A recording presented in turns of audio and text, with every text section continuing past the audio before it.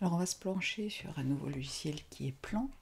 Plan est directement issu de iOS. Il suffit soit d'aller chercher une adresse dans les contacts, soit de taper l'adresse à proprement parler, soit de commencer à écrire.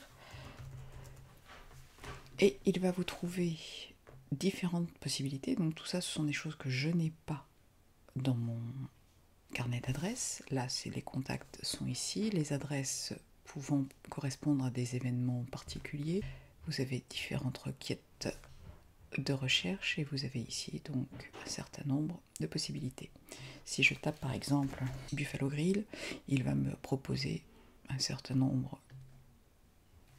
d'endroits. Il s'agit de notifications directement issues de Yelp et vous avez possibilité de créer un signet, d'ajouter au contact, d'avoir les avis et même de disposer de certaines photos. Ce sont exactement les mêmes services que sur iOS. Si je souhaite naviguer, le mieux est d'avoir un élément tactile, donc vous pouvez zoomer avec 2 doigts. Vous pouvez effectuer des rotations toujours avec les doigts. Bien sûr, vous n'êtes pas obligé d'utiliser un système tactile, vous pouvez utiliser les flèches. Vous avez ici la possibilité d'utiliser la boussole. La vue hybride permet, lorsque l'on zoome, de passer en mode 3D.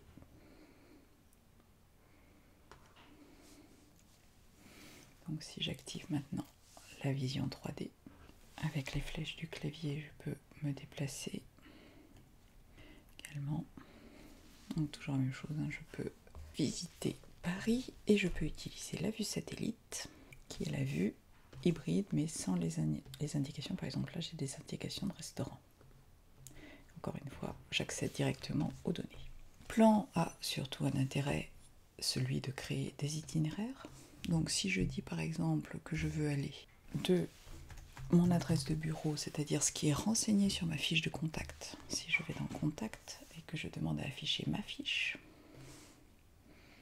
accéder à ma fiche, j'ai l'adresse que j'ai remplie dans Contact.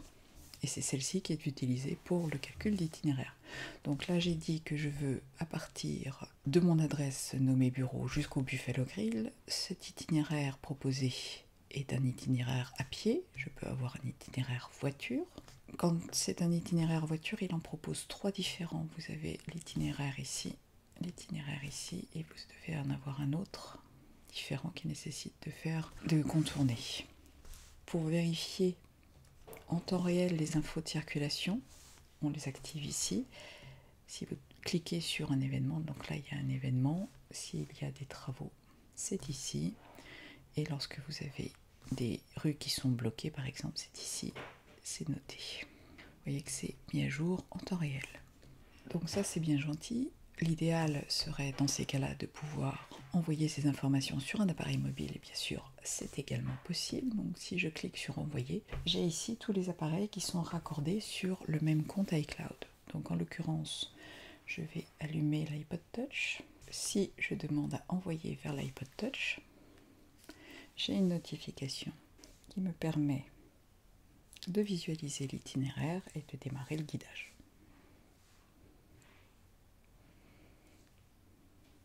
Voilà pour Plan.